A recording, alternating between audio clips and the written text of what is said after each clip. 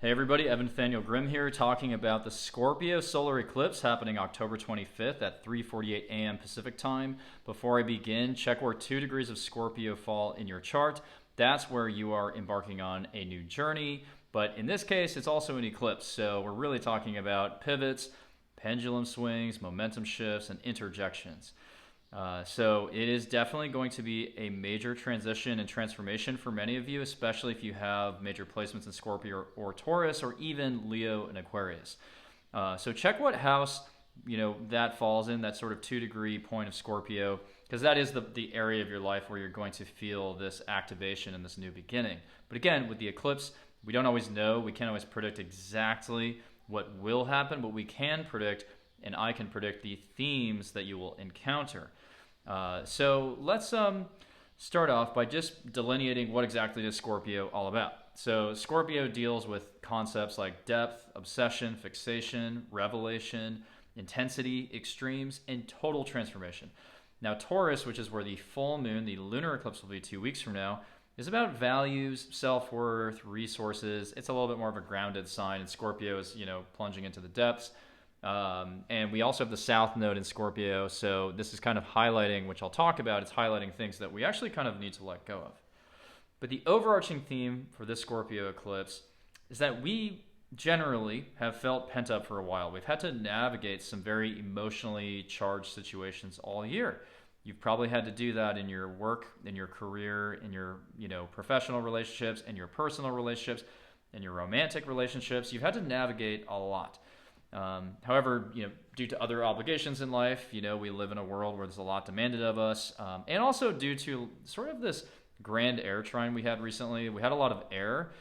We've actually intellectualized many of our feelings lately. So because Mars has been in Gemini, Saturn in Aquarius, and then Libra season, there were all kinds of chances to kind of invalidate what we're going through and be like, I want to put up a front and basically just like get along with these people and not bring up all the stuff I'm going through. Like, we've been really good at that during Libra season, but that time is over. We're now into Scorpio season, and the eclipse with the South Node right there is about finally, releasing our truest, deepest sentiments and letting them come up to the surface. And this will impact our relationships and our investments in our career, by the way. Now, the reason I say career is because Venus is right there. It's conjunct the sun and moon here on this eclipse. And Venus in Scorpio does have kind of a financial flavor to it, so I'll talk about that in a minute. But again, there's sort of like these archetypes that sit within all these various altitudes of like your relationships on a personal level, your professional networks, and again, your actual financial situation, but even the financial situation of institutions. So with the South Node at 13 degrees of Scorpio here, you also do want to check where 13 of Scorpio is. Like, do you have any planets around that position? The South Node here is highly reflective and enables a shedding or letting go process. So this is a reversal of what we faced in the spring. So around April 30th, we had a Taurus solar eclipse, and then May 15th, we had a Scorpio lunar eclipse. And all these tables are turned here. So for some people, this could be a 6-month completion of something you began in the spring. But for others, I do see this as a reversal where it's like the things that we were able to focus on and start anew within the Taurus North Node energy of like embarking on a new journey, anchoring ourselves in our value systems. This is almost more of like a drain, a letting go, a detoxification of things that we've been holding in for a while. So again, it's like, how do you really feel like this? These are the questions to ask yourself on this eclipse. What are the things I really need to get off my chest? What are the things that I have been almost like ashamed or afraid to bring up to a partner, to a professional partner, to a boss? What are the things that I really have to get out? Because Scorpio will reveal those things to you of like, oh yeah, that's why I've been so agitated, or that's why I've been so anxious recently. And the other thing you should ask yourself is, are my values aligned or misaligned with the people I surround myself with?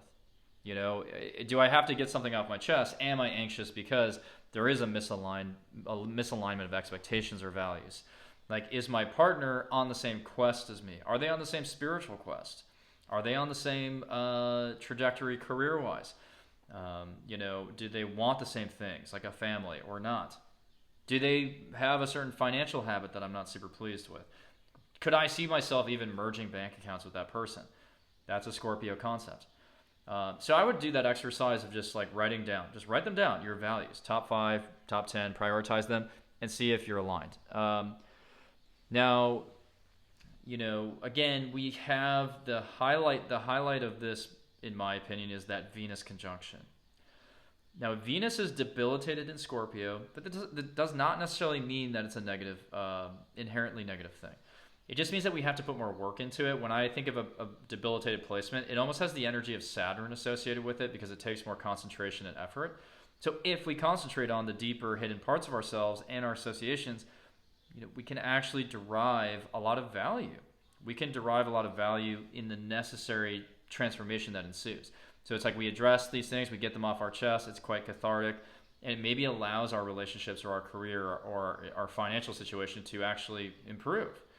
Because we realize, I don't want this job anymore, or I don't want this relationship anymore, or I want this relationship but not in this way, right? I don't want this dynamic. Now, Scorpio rules other people's money, and the dispositor of this is Pluto, which is in Capricorn. Technically, Pluto also rules this eclipse, along with Mars, the traditional ruler of Scorpio. But to me, like the net here is like this could create some complicated financial entanglements, both at an institutional and a personal level. So people might be squabbling over resources here, like who owes what, like what's mine. So within marriages, I could see like there's maybe some disputes. Within companies, there's disputes. Maybe disputes over like even like corporate mergers and other investment and asset related decisions. But for you personally, again, I would definitely foresee this as like any financial entanglements you have with people are just under the spotlight here. And maybe you want to recalibrate that and rethink that of like, how am I financially connected with this person, or what do I owe this person? It could even be like honestly a friend saying that you owe them money for a concert, like they got you tickets to a concert. You never really described, like you never came into a clear agreement over like, are you paying for it, or are they covering you? Like really petty things like that could come up here. But again, the rulers of this chart, Pluto is in Capricorn, so that does speak to potential revelations about powerful people.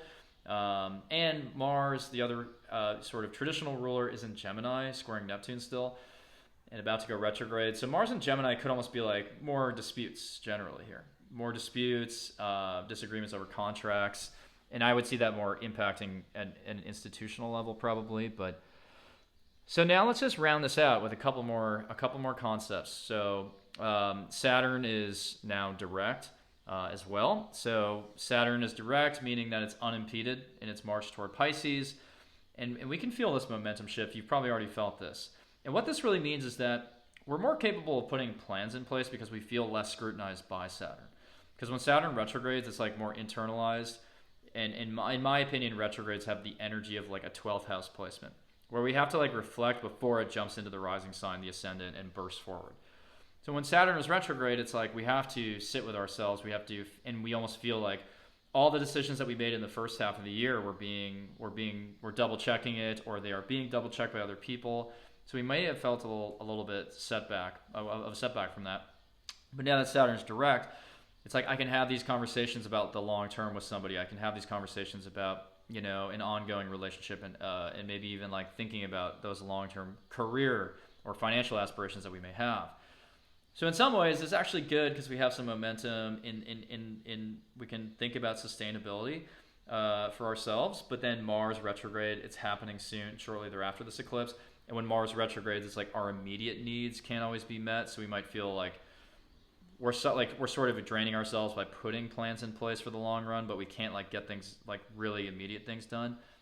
That's okay. Like that's not the end of the world. It just means that you have to be more strategic about how you use your energy over the next few months. Now another side plot here.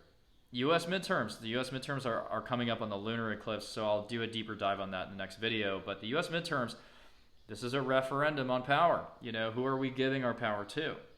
How do we balance power?